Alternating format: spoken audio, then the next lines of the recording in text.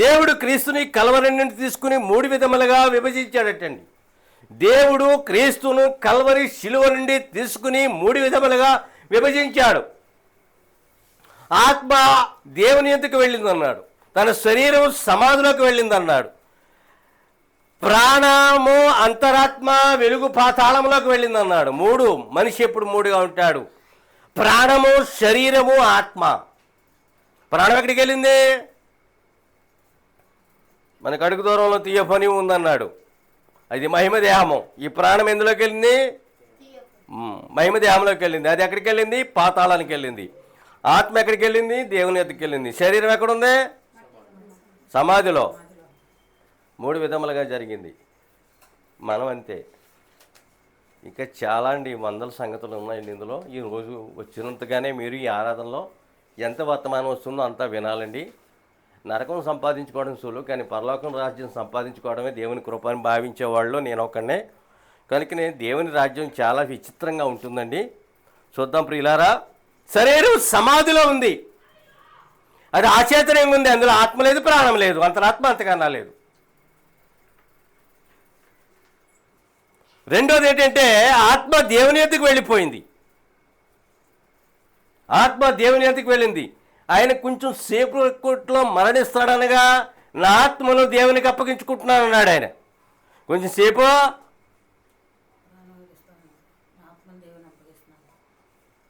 దేవుని స్థలం పరదేశం ఒకటే అని చెప్పాడు. ఇప్పుడు ఇందులో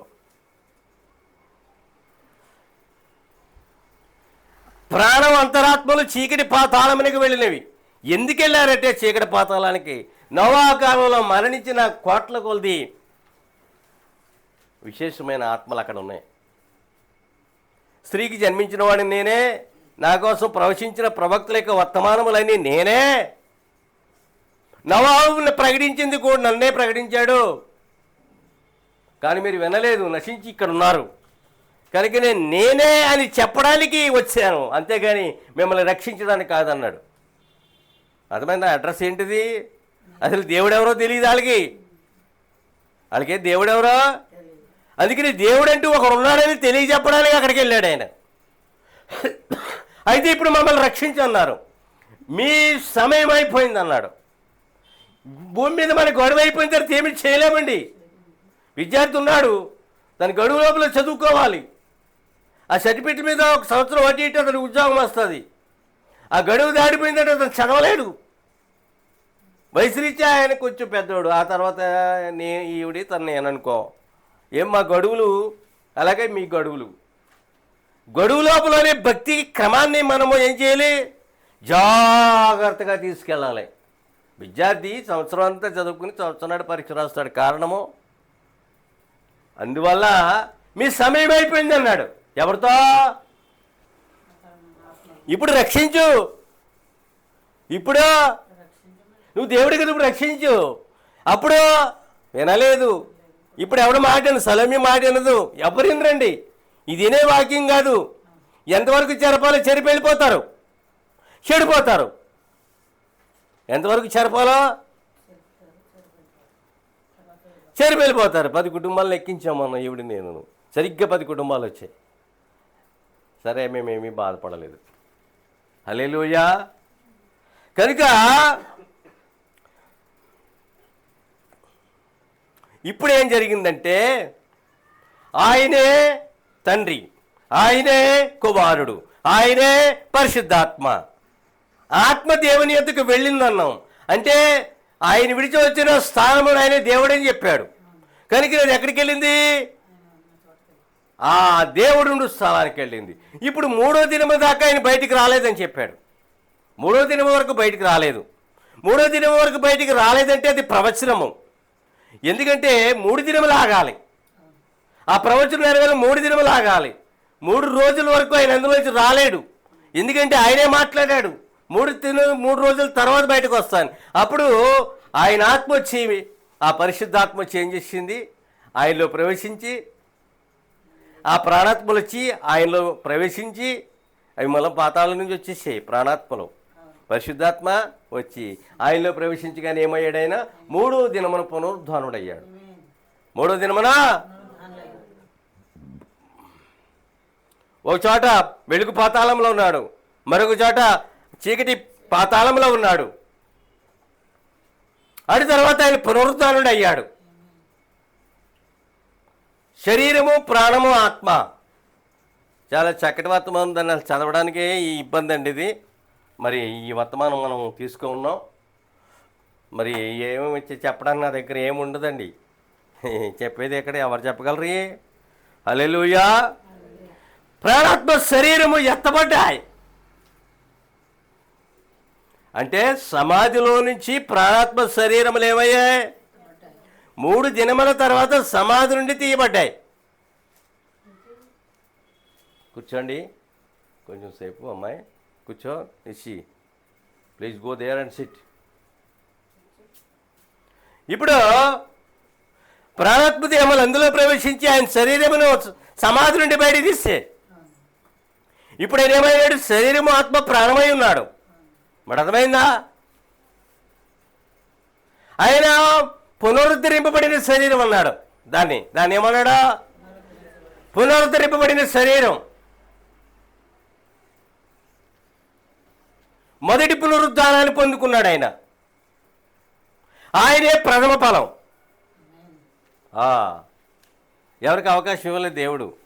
దేవునికి స్తోత్రములు కలుగుగాక. 3వ దినముల తర్వాత ఆయన ఆత్మ తనలోనికి వచ్చుట ద్వారా ఆయన పునరుద్ధానుడయ్యాడు. ఆత్మ తనలోనికి వచ్చుట ద్వారా ఆయన పునరుద్ధానుడయ్యాడు. ఒకసారి అంటాడు, నా ప్రాణమును పెట్టడానికి దాన్ని తిరిగి తీసుకోవడానికి నాకు అధికారం ఉందన్నాడు. ప్రాణం అనగా ప్రాణాత్మలు అంటే మీకు కూడా అధికారం ఉందన్నాడు. మీ ప్రాణం పెట్టడానికి తిరిగి దాన్ని తీసుకోవడానికి మీకు కూడా అధికారం ఉందన్నాడు. ఎందుకంటే ఆయన ద్వారా మన ప్రాణాత్మలు పెట్టడానికి, ఆయన మూలముగా మన ప్రాణాత్మలు తీసుకోవడానికి మనకి అధికారం అనుగ్రహించాడు. అది ఆయనకే కాదు, మనకు కూడా అధికారం ఇవ్వబడింది. చూసారా? పశువు చచ్చిపోద్దండి, దానికి ఏ ఆత్మ లేదు కనుక అది అంతే. ఓ పక్షి చచ్చిపోతుంది, దానికి ఏ ఆత్మ లేదు, అది అంతే. కళలు వస్తున్నాయి. నువ్వు మంచం మీద ఉన్నావు కానీ కళలు అంత రాత్రి ఎన్ని కళలు పడ్డాయి. శిరీష, మా భవానీ ఒకరానికలా ఒకరు వెళ్ళిపోతూ ఉన్నారు బైబిల్ తీసుకుని ఎక్కడికో. మా పెదనాన్న పెద్ద కూతురు కళ్ళకి వచ్చింది, ఇలాంటి ఫంక్షన్ జరుగుతుంది నువ్వు రావా అని అడుగుతుంది. మా పెళ్ళికి రాలేదు, మా అమ్మ కార్యక్రమానికి, మా నాన్న కార్యక్రమానికి నువ్వు రాలేదు, నేను నీ కొరకు ఎలా వస్తానని అడిగాను. ఈ కళలన్నీ ఏంటి? నేను మంచం మీద ఉన్నాను కానీ ఎక్కడికో వెళ్ళి ఎవరితోనో, అది థియోపని బాడీ, అది మహిమ శరీరం. ప్రాణాత్మలు వెళ్ళి ఏం చేస్తున్నాయి? అచ్చ మనిషిలాగే శరీరంలో ఉన్నట్లాగే అవి ఏం చేస్తున్నాయి? మాట్లాడుతున్నాయి. కానీ నిజమైన శరీరం ఎక్కడుంది? పడక మీద ఉంది. ఈ చాలా అద్భుతమైన భక్తి అండి. దీన్ని పాపం జనులు పాడు చేసుకుంటున్నారండి. చివరికి దుఃఖిస్తారు, ఏమీ మిగలలేదు మాకు, ఇవన్నీ మిగిలింది, బంగారం మిగిలింది, స్థలం మిగిలింది, ఇల్లు మిగిలింది, ఈ పొలం మిగిలింది, మాకు దేవుడు మిగలలేదు, ఆరాధన లేకపోతే పరలోక రాజ్యం మిగలలేదని ఒక దినం బాధపడే రోజు కూడా సమీపముగా ఉన్నది. జనులు నశించిపోతారండి. చాలా మీరైనా జాగ్రత్తగా వినండి. అదే ఆత్మ సంగములకు పునరుద్ధానమునిచ్చును. అదే పరిశుద్ధాత్మ సంగములకు పునరుద్ధానం ఇస్తాడు. పాత నిబంధన పరిశుద్ధులకి పరిశుద్ధాత్మ లేదు, కానీ తానే స్వయంగా పునరుద్ధానమునిచ్చాడు వాళ్ళకి. తన ముందు లేచి మీరు అందరు లేచరండి అన్నాడు. అర్థమైందా? ఇప్పుడు సంగమునికి అదే ఆత్మ అనగా పరిశుద్ధాత్మ ఏం చేస్తుంది? పునరుద్ధానమును దయచేస్తుంది అన్నాడు. ఆయన ఆత్మది.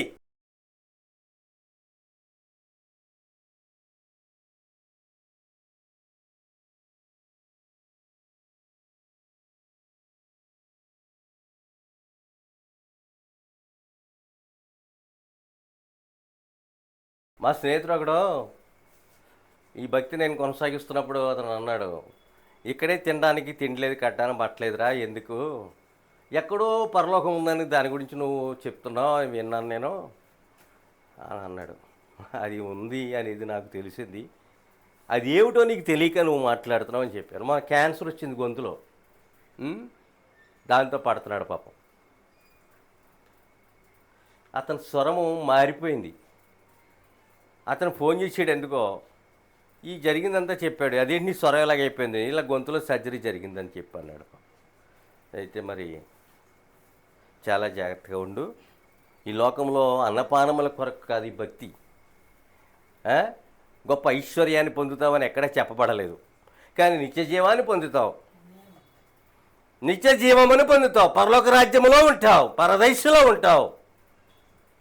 ఈ వాగ్దానాలు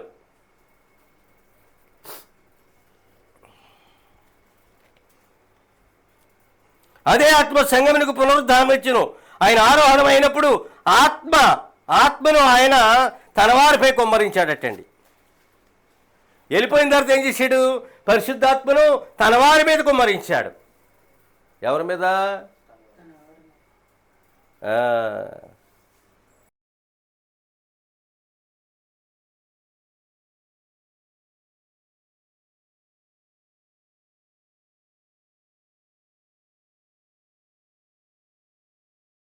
ఆ పరిశుద్ధాత్మ మన మీద కుమ్మరించాడు. నాడు 2000 సంవత్సరముల క్రితము శిష్యుల మీద కుమ్మరింపబడిన ఆత్మ నేడు మన మీద కూడా ఉందన్నాడు. అది ఎందుకు? బోధించడానికి. అది ఎందుకు? 4వ 3వ చెప్తాడు ఇక్కడ. అది బోధించడానికి, లేకపోతే సంఘమును నడిపించడానికి, అదే ఆత్మ ద్వారా పునరుద్ధానం కావడానికి ఇలా చెప్పుకొచ్చాడు. అదే ఆత్మ పునరుద్ధానాన్ని ఇస్తుంది, అదే ఆత్మ మనకు బోధిస్తుంది, అదే ఆత్మ సంభవింపబో సంగతులను బయలుపరుస్తుంది. అందుకని పరిశుద్ధాత్మ ద్వారా అదే ఆత్మను ప్రభు మనకు అనుగ్రహించారు, కుమ్మరించారని ఇక్కడ చెప్పబడింది. ప్రియులారా, అది మనల్ని నడిపించడానికి, బోధించడానికి, మరి ఎత్తబాటికి ఇచ్చినాం. అది నడిపించడానికి, బోధించడానికి, ఎత్తబాటికి. పరిశుద్ధాత్మ లేకుండా ఎవడో పర్వాలేదు, దురాత్మ ఉంది, అది దెయ్యము. ఆ దెయ్యపు ప్రజలను భూమి మీద మనం కొన్నిలారా చూస్తున్నాము. వారి శాస్త్ర ఏమిటో నువ్వు చూడగానే చెప్పచ్చు, ఎందుకంటే అది దెయ్యము అని నువ్వు అనుకుంటున్నావు.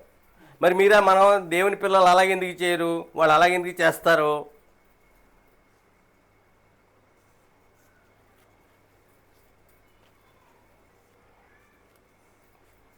మానవ స్వభావం తొలగిపోవాలి, మీరు ఖాళీ చేసుకోవాలి. మానవ స్వభావము, మానవ మనస్సు తొలగిపోవాలి, మిమ్మల్ని మీరు ఖాళీ చేసుకోవాలి. వాళ్ళలో ఉన్న చెత్త పోవడానికి 10 రోజులు పెట్టింది అన్నాడు. ఒకసారి మనలో ఉన్న చెత్త పోవడానికి నెలలో, సంవత్సరాలు కూడా పట్టచ్చు. ఆ చెత్త పెరిగిపోతే చెత్తలోకి పరిశుద్ధాత్మ రాదు అన్నాడు. మానవ స్వభావం అంటే ఏం తినాలి, ఏం తాగాలి, ఏం ధరించాలి, ఎంత సంపాదించాలి, జనుల మధ్య ఎంత బిల్డప్గా ఉండాలి, వారిలో ఏమాత్రం తగ్గింపు జీవితం ఉండదు. ఆ స్వభావం పోవాలి, ఆ మనస్సు పోవాలి, మానవ మనస్సు. ఆయన స్వభావం రావాలి, ఆయన మనస్సు రావాలన్నాడు. అది ఆయన దేవుని రాజ్యం కొరకు పాపిని రక్షించుట కొరకు ఆలోచించాడంటండి. ఒక పాపిని ఎలా రక్షించాలి, అదే ఆయన ఆలోచన. అప్పుడు మారు మనసు పొందిన వ్యక్తి అంటే యేసుక్రీస్తు కొరకు ఆలోచిస్తారట. దానికి ఏమేమి పనులు ఆజ్ఞాపించాడో పనులు చేయడానికి ఉద్రిక్తమవుతాడు, అంటే సిద్ధపడిపోతాడు. అది చూసారా? అందుకనే మానవ స్వభావము. ఒక ఎగ్జాంపుల్, ఒక మాట చెప్తాను. నీ ముందు నేను ఏదైతే మాట్లాడానో నువ్వు లేనప్పుడు కూడా అలాగే మాట్లాడాలి. నీ ముందు ఒకటి మాట్లాడి నువ్వు లేనప్పుడు మరొకటి మాట్లాడితే నేను నీకు వరకు వేషధారణ అవుతాను. నీ ముందు నేను ఏదైతే మాట్లాడానో నువ్వు లేనప్పుడు నీకు వ్యతిరేకముగా ఆలోచిస్తే నేను వేషధారణ అవుతాను. నీ ముందు ఏం మాట్లాడానో నువ్వు లేనప్పుడు అదే మాట్లాడాలి. నీ ముందు నేను ఏం మాట్లాడానో నువ్వు లేనప్పుడు నీ కొరకు అదే ఆలోచించాలి. ఇప్పుడంతా తారుమారు చేసేదే సార్. అందుకని వేషధారులు అవుతారు అన్నాడు. ఏమవుతారట? నలకంత కూడా దేవునికి వ్యతిరేకంగా ఆలోచించకూడదు.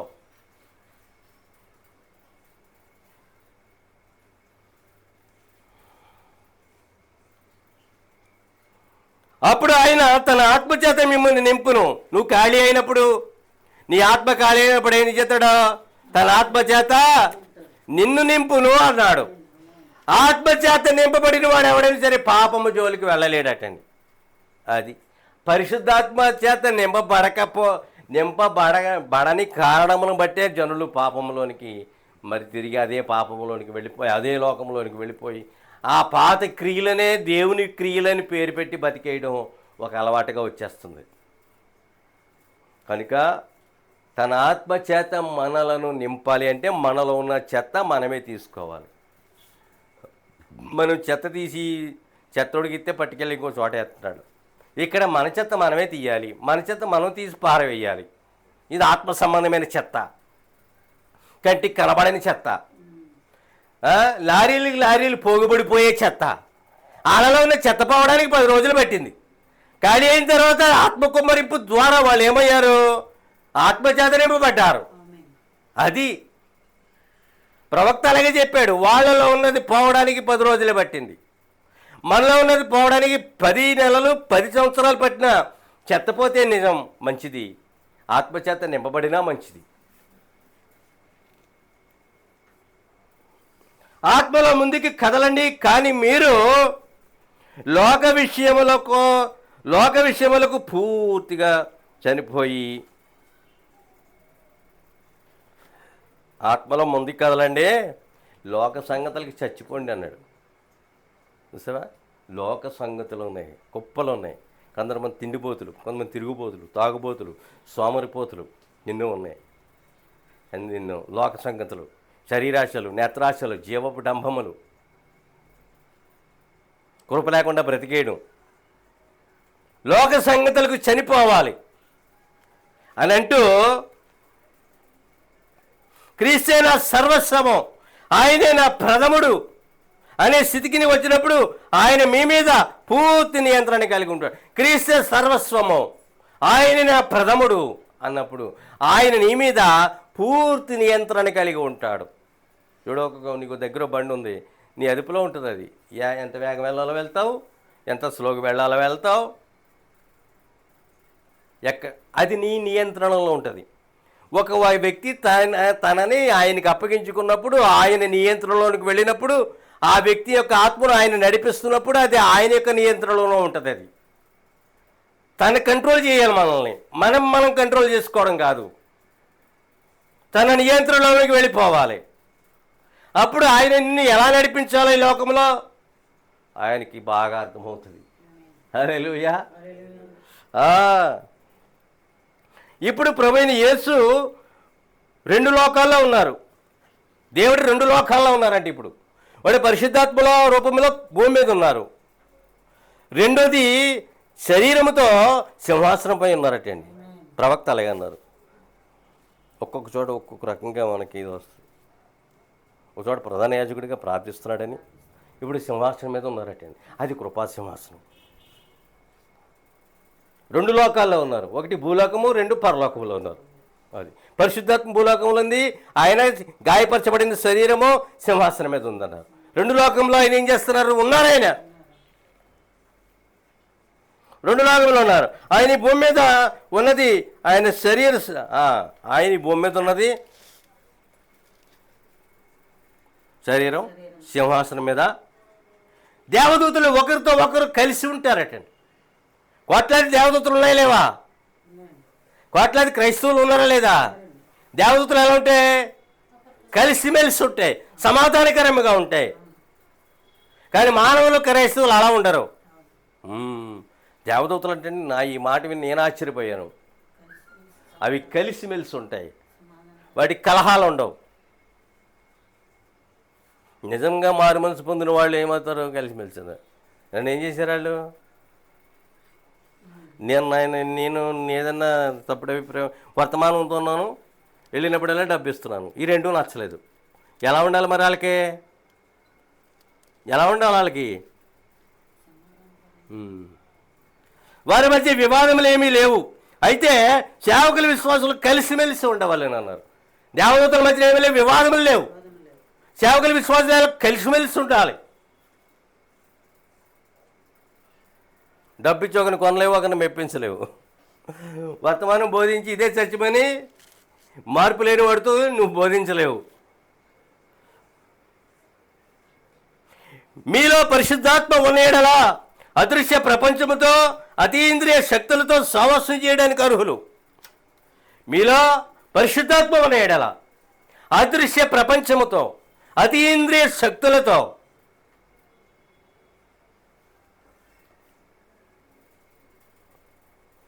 సావాసం చేయడానికి అర్హులు అంటే అతీంద్రియ శక్తులు. కనబడవు మన శక్తులు. ఇందాకేమన్నా వాక్యం హృదయంలో ఉంది, వాక్యము చేతిలో ఉంది, వాక్యము నోట్లో ఉంది. వాక్యం కనబడుతుందా?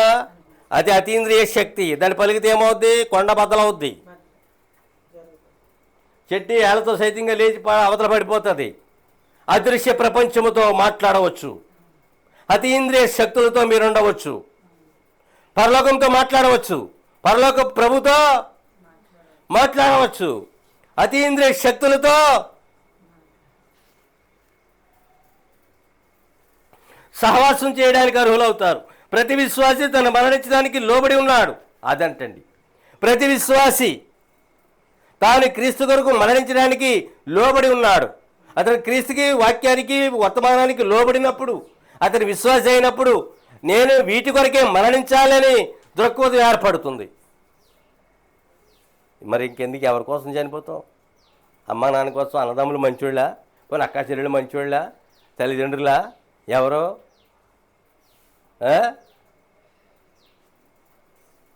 నీ కోసం నువ్వు బతికినా చచ్చిపోతావు, నువ్వు బంధువుల కోసం బతికినా చచ్చిపోతావు, స్నేహితుల కోసం బతికినా చచ్చిపోతావు.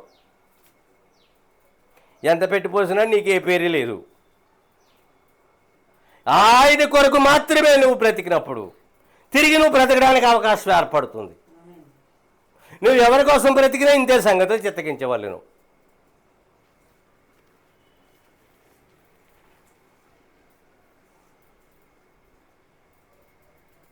కనుక అయితే అతని ప్రాణాత్మలు మరణములో జీవములోనికి, అలాంటి వారి ప్రాణాత్మలు మరణములో నుండి జీవములోనికి దాటిపోతాయి.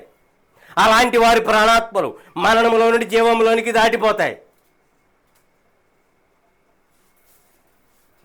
మరణములోని జీవంలో దాటాలి. లోకం మరణము, పాపం మరణము, దెయ్యం మరణము, అన్యుల మరణము, అన్యాచారముల మరణము, అటువంటి వద్దు అని అనుకున్నప్పుడు నువ్వు ఇక్కడికి రావాలి. వాటిని విసర్జించి రావాలి. అప్పుడు నువ్వు మరణంలో జీవంలోకి వెళ్తావు. నువ్వు వాక్యాన్ని స్వీకరించాలి, వాక్యానుసారంగా జీవించాలి. నువ్వు బూతులు, అబద్ధాలు, గొడవలు, కొక్కురోకో ఇవన్నీ పెద్ద రభసండి క్రైస్తవులతోటి. నన్ను ఎందుకు అనుకున్నాడు కానీ అలా విశ్వాసంగా అయిపోయి జాబ్ చేసుకుని బట్ రిటైర్ అయిపోయాడు. పింఛన్ తెచ్చుకుని హాయిగా భార్య పిల్లలతో చక్కగా సాగిపోతుంది అనమాట అండి. ఇవాళ ఏదో వచ్చేసింది, మెదక్కి వెళ్ళిపోయి ఉంటారు, మెదక్ చర్చికి వెళ్ళి అంటారు, లేకపోతే ఎత్తబాటు అయిపోయిందో, లేకపోతే సిరీస లాక్కుపోయిందో.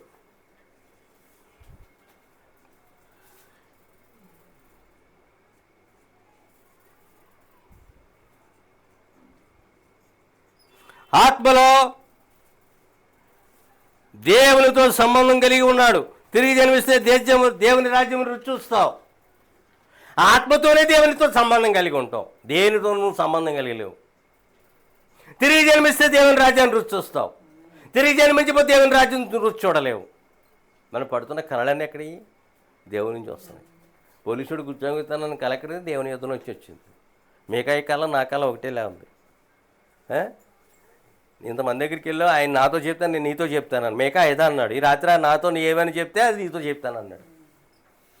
మరి ఆ 400 మంది నెగ్గెత్తామంటున్నారు మేము యుద్ధంలో.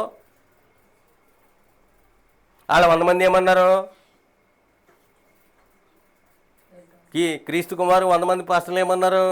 బతుకుతాడు. నాతో ఏమన్నాడో వెళ్ళిపోతాడు అన్న. పోలీసు ఉద్యోగం ఏమన్నాడు? వచ్చేస్తుంది. నీ జాబ్ నీకు. నిన్ను తృప్తిపరచడానికి అనేకమైన మాటలు పలకవచ్చు, కానీ దేవుడు ఒక మాట పలకాలి, అప్పుడు అదే నిజమవుతుంది. దేవునికి స్తోత్రములు కలుగుగాక. పరిశుద్ధాత్మ నమ్మిన ప్రతి వారికి, పరిశుద్ధాత్మ అంటండి, ఆయన నమ్మిన ప్రతి వారికి పరిశుద్ధాత్మ బాప్తిస్మం ఇస్తుందటండి. నీటి బాప్తిస్మం వేరు, పరిశుద్ధాత్మ బాప్తిస్మం వేరు. ఇప్పుడు అర్థమైందా? నా వెనక వచ్చేవాడు నీళ్లతో కాదు అగ్నితో అన్నాడు. అగ్ని బాప్తిస్మే వర్తమానం అన్నాడు. ఆమె కనుక పరిశుద్ధాత్మ చేత నమ్మిన ప్రతి వారికి పరిశుద్ధాత్మిక బాప్తిస్మం ఇస్తుంది. పరిశుద్ధాత్మిక బాప్తిస్మం పొందినవాడు నశించిపోతాడు. అందుకని మనకి 2 బాప్తిస్మాలు కనబడవు. ఒకటి నీటి బాప్తిస్మం, రెండోది పరిశుద్ధాత్మ బాప్తిస్మము. బాప్తిస్మం అనగా ఏమిటి? ఆ లోకం యొక్క మురికి నుండి నీవు విడుదల పొందావు. రెండోది అగ్ని బాప్తిస్మం దొరికింది. అదే వర్తమానం. ఇప్పుడు ఏమంటున్నాడు ఆయన? నా ఆత్మను పాతాళంలో విడిచిపెట్టను. ఆయన ఆత్మ అదే, ఇది మీరు చదివింది అదే. నా ఆత్మ దావీదు అన్నాడు, పాతాళంలో విడిచిపెట్టాను, నా పరిశుద్ధిని కుళ్ళిపట్టను. యేసు ప్రభు కుళ్ళిపోలేదు, పాతాళంలోనికి వెళ్ళి అక్కడ ఉండిపోలేదు. సమాధిలో కుళ్ళిపోలేదు, పాతాళంలో ఉండిపోలేదు. ఆ పాతాళం నుండి వెలుగు పాతాళం నుండి మళ్ళా అదే సమాధి నుండి బయటికి రావడానికి. కనుక నేను లేఖనం ఏమైంది? 3వ దినం నెరవేరింది. అందుకే నేను నా పరిస్థితిని కుళ్ళిపట్టినవను. ఓకే, ఇప్పుడు తన ఆత్మ ఉన్నవారిని కూడా ఆయన ఏం చేయడు? కుళ్ళిపట్టినవాడు. అంటే ఏంటిది? మళ్ళీ పునరుద్ధరణ దొరుకుతుంది దానికి. మరలా పునరుద్ధరణ దొరుకుతుంది. అదే ఆత్మ మనకి పునరుద్ధరణ దయచేస్తుంది.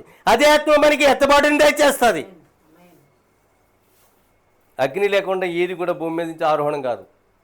విమానమైనా, హెలికాప్టర్ అయినా, రాకెట్ అయినా ఏం చేస్తుంది? అగ్నితోటి, ఐస్ రెస్టింగ్తో ఏమవుతుంది? పరిశుద్ధాత్మ పొందినవాడు ఆరోహ దినమున అదే అగ్ని చేత ఆరోహణం అవుతాడు. ఆయన నమ్మి తన ప్రాణమును క్రీస్తుకు పెట్టినవాడు రాకడ దినమున అదే అగ్ని వచ్చి ఏం చేస్తుంది?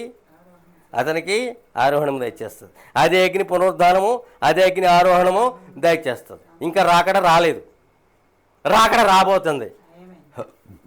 రాకడ 3 దశల గురించి చెప్తా ఉన్నాడు. పునరుద్ధానం ఎందుకు? పునరుద్ధానం ఎందుకు, ఆరోహణం ఎందుకు అని అడుగుతా ఉన్నాడు. ఈ పునరుద్ధానం అంటే అండి నిత్య జీవం పొందడానికి. ఆరోహణం ఎందుకు? నిత్య జీవం పొందడానికి. పునరుద్ధానం ఎందుకు? 3 దశలు చెప్పాడు. ఒక దశ మర్త్య శరీరం, 2వ దశ అమర్త్య శరీరం, 3వ దశ మహిమ శరీరం అన్నాడు. మర్త్య శరీర దశ, అమర్త్య శరీర దశ, 3 మహిమ శరీర దశ.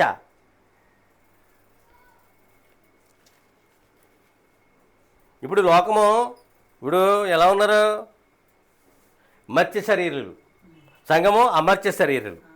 అమర్త్యత నుండి ఏమవుతారు? మహిమ శరీరంకి వెళ్తారు. యేసు కూడా 3 దశలు అనుభవించాడని ప్రవక్త ఇక్కడ చెప్తా ఉన్నాడు. మానవుడు తన సొంత తెలివితేటల వలన చనిపోతాడు. అబ్బాబ్బా, అది మనం ఏమన్నాడు ఆయన? బుద్ధి ఉండాలని, కానీ కృప ఉండాలని. అని బుద్ధికి కృపకి వ్యత్యాసం ఉంది. కృప బుద్ధిని దయచేస్తుంది, కృప జ్ఞానం దయచేస్తుంది, కృప తెలివిని దయచేస్తుంది. మానవుడు తన సొంత తెలివితేటల వల్ల ఏమవుతున్నాడు? నశించిపోతా ఉన్నాడు. నేను ఇలా చేస్తే ఇది, నేను ఎలా చేస్తే ఇది, అవి సొంత తెలివితేటలండి. కొంతవరకు జయిస్తాడు, తర్వాత ఓడిపోతాడు. దేవుని ముద్ర అనేది జన్మ హక్కు.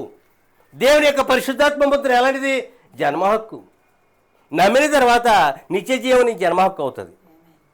ఇప్పుడు నమ్మని ప్రపంచము వాళ్ళకి నిత్య జీవం ఉన్నదనే సంగతి తెలియనప్పుడు వాళ్ళకి జన్మ హక్కు ఎలాగవుతుంది? కనుకనే నీ యొక్క జన్మ హక్కుని క్రీస్తుకు అమ్ముకున్నప్పుడు, పరిశుద్ధాత్మ ముద్రించినప్పుడు నీవు నిత్య జీవములకు హక్కుదారుడు అవుతున్నావు. నిత్య జీవం నీ జన్మ హక్కు అవుతుంది.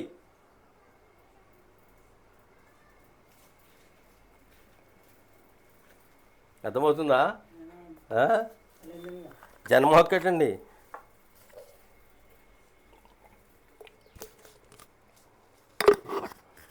ఈ దేశము చెరలా ఉండేది. స్వాతంత్ర హక్కు కోసం, స్వేచ్ఛ హక్కుల కోసం పోరాడారు. స్వాతంత్రం జన్మ హక్కు అన్నారు. మేము స్వేచ్ఛ స్వాతంత్రం దేశంలో జీవించాలి, బ్రిటిష్ వాడి కింద కాదు అన్నారు. సంఘము దెయ్యం కింద జీవించడానికి కాదు, క్రీస్తు కింద జీవించడానికి, నిజమైన స్వేచ్ఛ స్వాతంత్రములు పొందడానికి. అందుకనే పరిశుద్ధాత్మ పొందినవాడు నిత్య జీవము తన జన్మ హక్కుగా భావించాలి. ఆ జన్మ హక్కును సాధించాలి. వాళ్ళు పోరాడి మరణించి స్వాతంత్రాన్ని సాధించినట్లుగానే మీరు పోరాడి ఆ యొక్క నిత్య జీవం అనే జన్మ హక్కును మీరు సాధించాలి. ఇది 3 కాల జీవితమా? ఒకటి ఇప్పుడు ఇక్కడ 2 నిత్య జీవం.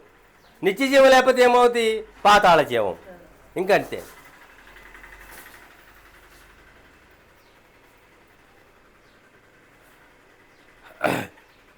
నీ జన్మ క్రీస్తుకు అమ్ముకున్నావు, పరిశుద్ధాత్మే నూతన జన్మ.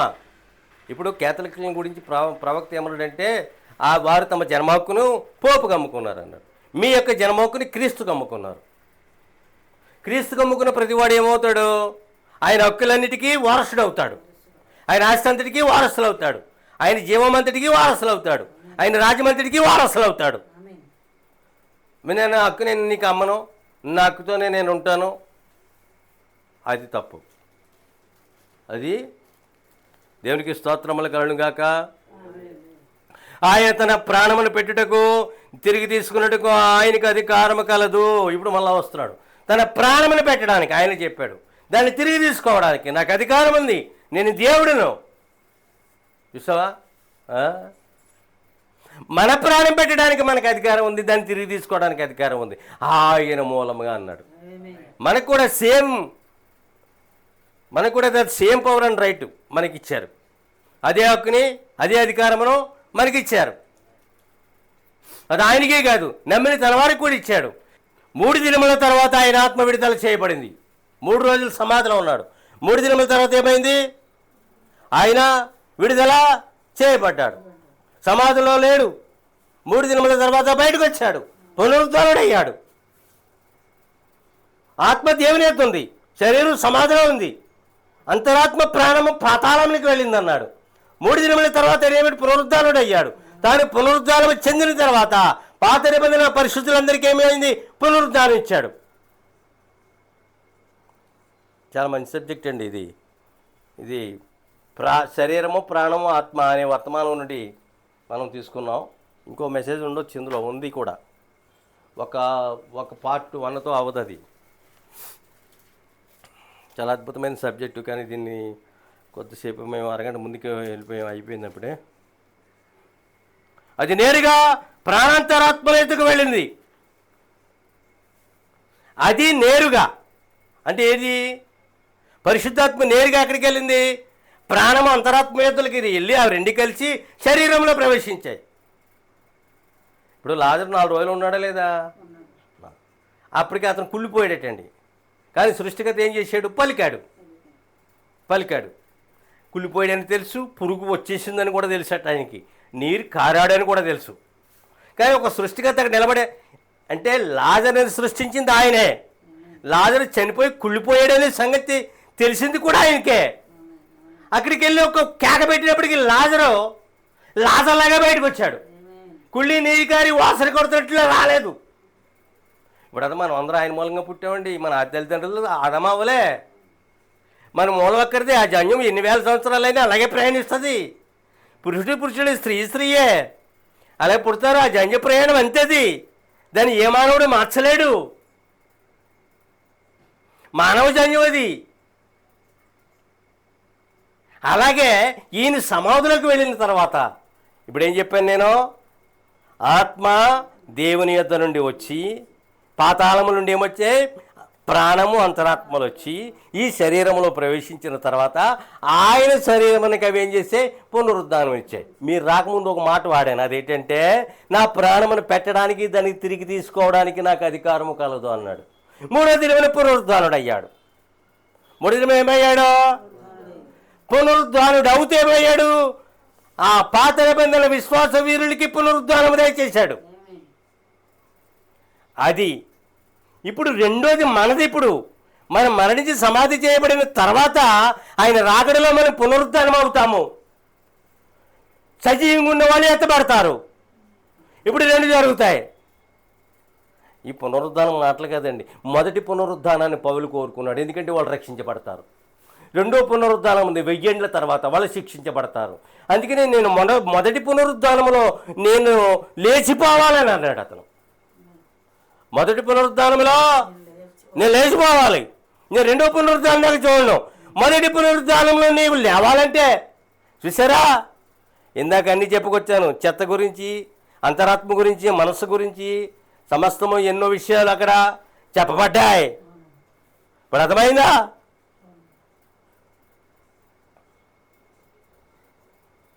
జీవితము చాలా చిన్నదండి నా దృష్టికి. అత్యంత చిన్నది ఏంటంటే భూమి మీద మానవ జీవితమే, మరి ఏమీ కాదు.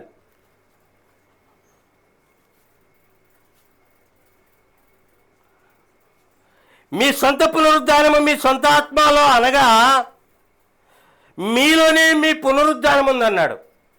మీలోనే మీ పునరుద్ధానం. ఎందుకంటే పరిశుద్ధాత్మ నీలో ఉన్నప్పుడు అది నీకు పునరుద్ధానం అనేది దయచేస్తుంది. పరిశుద్ధాత్మ మీలో ఉన్నప్పుడు అది ఎత్తబారిని దయచేస్తుంది. అది ఒక అగ్ని. ఎగ్జాంపుల్, అగ్ని లేకుండా విమానం వెళ్తుందా? అగ్ని లేకుండా ర్యాకెట్ వెళ్తుందా? అవి ఐ థ్రస్టింగ్ వల్ల ఏమవుతున్నాయి? ఆరోహణం అవుతున్నాయి. ఇక్కడ ఆత్మ సంబంధమైన అగ్ని లేకుండా ఎవరు ఆరోహణం కాలేరు. ఆత్మ సంబంధమైన అగ్ని లేకుండా ఎవరు పునరుద్ధరణ కాలేరు. ఇది కనిపించని అగ్ని, ఆత్మ సంబంధమైన అగ్ని, దేవుడి అగ్ని. ఇప్పుడు అర్థమవుతుందా? అదే అగ్ని నువ్వు కలిగి ఉండాలన్నాడు. ఇప్పుడు అర్థమైందా? అదే అగ్ని లేకపోతే ఆ అగ్నిని ఆపేక్షించాలి. ప్రతిదినము ఆత్మ నింపుదలతో ఉండాలి. హృదయం ఖాళీ చేసుకోకుండా చెత్త. వాళ్ళు 10 రోజులు ప్రార్థన చేశారండి తమలో ఉన్న చెత్త వెళ్ళిపోవడానికి. తమలో ఉన్న చెత్త వెళ్ళిపోయిన తర్వాత వాళ్ళు ఖాళీ అయ్యారు. ఖాళీ అయిన తర్వాత ఏమైంది? ఆత్మ చేత నింపబడ్డారు. దేవుడు 10 రోజులు ఎదురు చూశాడని మన ప్రవక్త చెప్పాడు. దేవుడు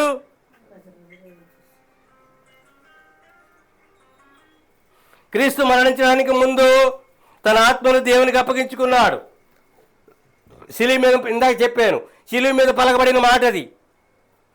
తండ్రి నా ఆత్మ నీకు అప్పగించుకుంటు, దేవాన్ని ఆత్మ నీకు అప్పగించుకొనిచున్నాను అన్నాడు. ఎవరికి అప్పగించుకున్నాడు? ఎవరు చనిపోయే ముందు అలా పలకలేరు. మనం అలా పలకలేకపోయినా మన ఆత్మను జీవితాంతం ఆయనకి అప్పగించుకుంటూనే ఉన్నాము. ఆమేన్, హల్లెలూయా. అప్పగించుకున్నాడు కనుక ఆత్మ ఎక్కడికి వెళ్ళింది? దేవుని ఎత్తుకి వెళ్ళింది. శరీరం సమాధికి వెళ్ళింది. ప్రాణమాత్మ పాతాళానికి వెళ్ళింది. తిరిగి 3వ దినమున పునరుద్ధానుడు అయ్యాడంటే కారణం ఏంటి? ఆ వాక్యానుసారముగా తిరిగి వచ్చాయి. వాక్యానుసారముగా శరీరాలు అయిపోయి, వాక్యానుసారముగా సమాధి నుండి బయటకు వచ్చాడు. వాక్యానుసారముగా అందరికీ కనబడ్డాడు. అదంతా వాక్యానుసారమే. ఆ లేఖనములన్నీ రాయబడ్డాయి.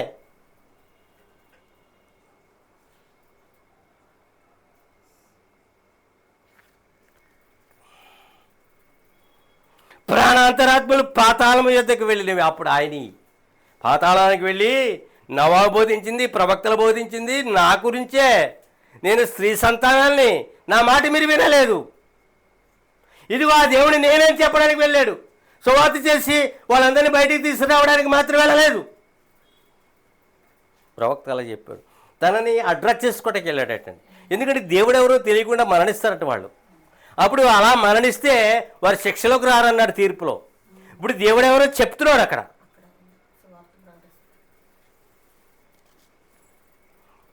బయట ఉండేది శరీరము. శరీరమునికి 5 ద్వారములు ఉన్నవి. ఈ శరీరం ఎక్కడ ఉంది? బయట ఉంది. దీనికి 5 ద్వారములు: చెవి, కన్ను, ముక్కు, నోరు, తర్వాత శరీరం. ఈ 5 ద్వారాలు దీనికి. 5 ద్వారాలు ఉన్నాయి దీనికి. 5 ద్వారాలు.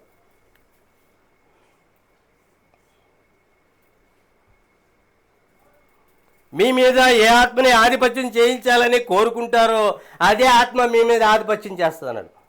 పరిశుద్ధాత్మ ఆధిపత్యం చేయాలనుకుంటే పరిశుద్ధాత్మ మీ మీద ఆధిపత్యం చేస్తుంది. దురాత్మ మీ మీద ఆధిపత్యం చేయాలనుకుంటే దురాత్మ మీ మీద ఆధిపత్యం చేస్తుంది. ఈ పూజలు పురస్కారాలన్నీ ఏంటి? సాతాను యొక్క ఆత్మ. అదే వారి మీద ఏం చేస్తుంది? ఆధిపత్యం చేస్తుంది. అది ఏది చెప్తే అదే చేస్తారు వాళ్ళు. నీ మీద పరిశుద్ధాత్మ ఆధిపత్యం చేయాలంటే నువ్వు వాక్యం వింటావు. నీ మీద పరిశుద్ధాత్మ ఆధిపత్యం నువ్వు వర్తమానం వింటావు. ఇప్పుడు అర్థమవుతుందా? ఏ ఆత్మని నీ మీద ఆధిపత్యం చేయాలని నువ్వు కోరుకుంటావో అదే ఆత్మ నీ మీద ఆధిపత్యము చేస్తుంది అన్నాడు. 5 ద్వారములు. పాపము ఎలా ప్రవేశిస్తుందంటే చెవి ద్వారా అన్నాడు, కన్ను ద్వారా అన్నాడు, నోటి ద్వారా అన్నాడు. ఇప్పుడు అర్థమైందా? ఈ 5 ద్వారాల ద్వారా పాపము లోపలికి వెళ్ళి తిష్ట వేస్తుంది అన్నాడు. తెలుసా? కనుక మీ మీద చూద్దాం ప్రియులారా,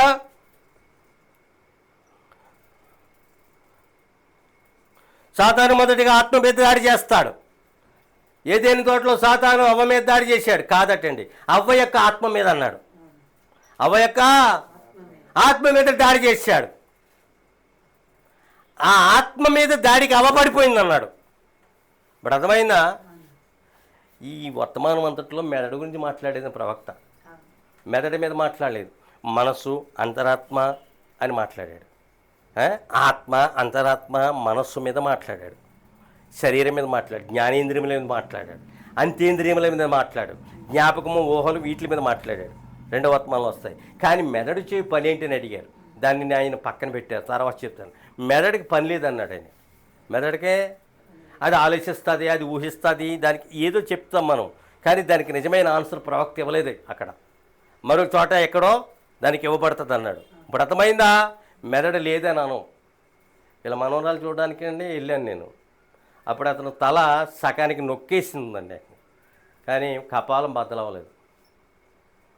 ఏం పడిపోయిందో ఆ తల మీద మనకు తెలియదు. సగం నొక్కేసింది, దేవుడికి చూపించాను. ఆ రూపం చూడడానికి భీతాహతంగా ఉన్నాడు అతను. అయినా అతను ఏం చేస్తున్నాడు? మామూలుగానే ఉన్నాడు. సగం మొత్తం నొక్కేసిందండి. ఈ ముఖం నుండి ఇదంతా మొత్తం సగం లేదండి తల. అప్పుడు అనుకున్నాను, అది నొక్కేసిన కానీ అతడు మామూలుగానే ఉన్నాడు అని అనుకున్నాను అక్కడ. అంతే. ఇక్కడ మెదడు మీద ప్రవక్త ఏమీ మాట్లాడలేదు. మెదడు చేయ పనేమిటి? మెదడు దేవుడి దేనికి ఇచ్చాడు? అన్యజనులు వాడుతున్న మెదడనే పదము నిజమైన అర్థమా? అది ఇటుకి మెదడు లేదురా. అది జ్ఞాపకానికి కేంద్రమా? అది ఎందు నిమిత్తం దేవుడు అక్కడ ఉంచాడు? దాని మీద వివరణ మరి రావచ్చు, ముందు వస్తుంది. ఆయన మనస్సుతోనే మాట్లాడాడు, అంతరాత్మతో ఆత్మ మీద మాట్లాడాడు. ఆలోచనలన్నీ లోపల నుంచే వస్తాయన్నాడు. చెడ్డగా ఆలోచిస్తే మెదడు అపవిత్రం అవుతుందన్నాడా? అనలేదు. ఏం అపవిత్రం అవుతుందన్నాడు? ఆత్మ. హృదయ శుద్ధి గలవద్దని వారు దేవుని చూస్తారు. హృదయం అపవిత్రం. ఇప్పుడు ఒక ఎగ్జాంపుల్ చెప్తాను.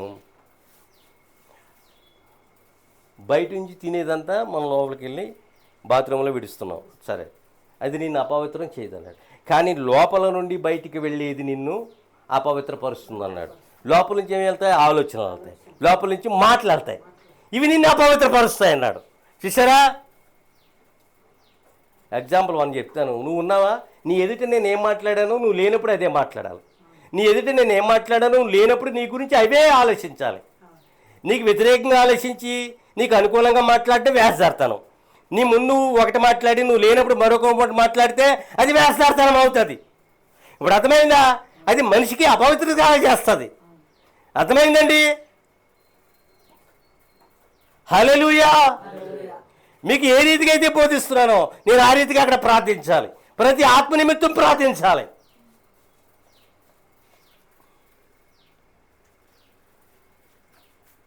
మీరు నశించిపోతే నాకు లాభమా? మీరు బాగుంటే నాకు లాభం. ఈ సేవ జరుగుతుంది. నీకు 4 లక్షలు ఉంటే నాకు 40,000 ఇస్తావు. ఈ సేవ దివ్యమానంగా వెలుగుతుంది. ఇప్పుడు అర్థమవుతుందా? ఒక అన్యుడి వల్ల సేవకుడు, ఒక అన్యుడి వల్ల విశ్వాసులు ఎన్నడూ జీవించరు. అపవిత్రపరిచేది ఏంటి? ఉన్నది లేనట్టు. తప్పండిది. మీ ఎదురు నేను ఏమంటలేదు, నా ఎదురుగున్నా మనం అదే చెయ్యాలండి. మీరు లేనప్పుడు ఒక విధంగానే, మీరు ఉన్నప్పుడు మరోలాగాను. మీరు లేనప్పుడు మీకు వ్యతిరేకంగా మాట్లాడితే దేవుడు అన్నాడు, మీరు ఉన్నప్పుడు మీకు అనుకూలంగా మాట్లాడితే మీరే అన్నారు. ఇప్పుడు అర్థమైందా? అప్పుడు దేవుని దృష్టిలో మీ దృష్టిలో వేషధారి అవుతాడు. ఇప్పుడు అర్థమైందా? హల్లెలూయా. మరి శాసన పరిచయం మీరు వేషధారులు అన్నాడు.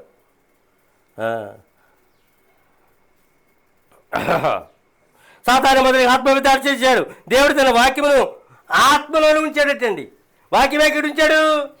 ఆత్మను మెదడులో ఉంచలేదు. ఆదామావాకి వాక్యం ఎక్కడ? ఆత్మలో ఉంచాడు. వాడు ఎక్కడ దాడి? ఆత్మలో దాడి చేశాడు. అంటే నువ్వు వాక్యం మీద దాడి చేశాడు అన్నాడు. వాడి దాడి ఎక్కడ జరిగింది? వాక్యం మీద జరిగింది.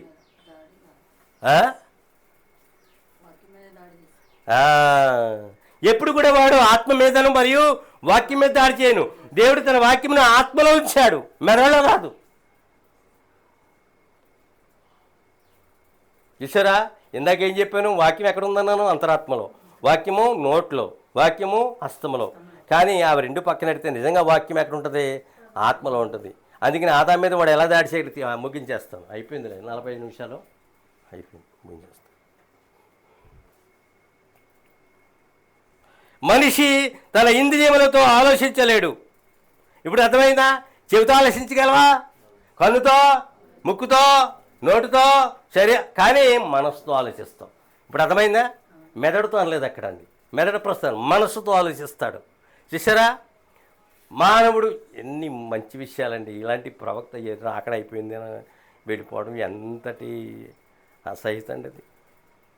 ఆవిడ ఎప్పుడూ వస్తున్నారండి కళ్ళకి. రాత్రి బైబిల్ తీసుకుని తన స్నేహితులతో వేగంగా వెళ్ళిపోయింది. నేను ఎక్కడ వచ్చేస్తాను వెనకాలనే వెళ్ళిపోతున్నారు వాళ్ళు.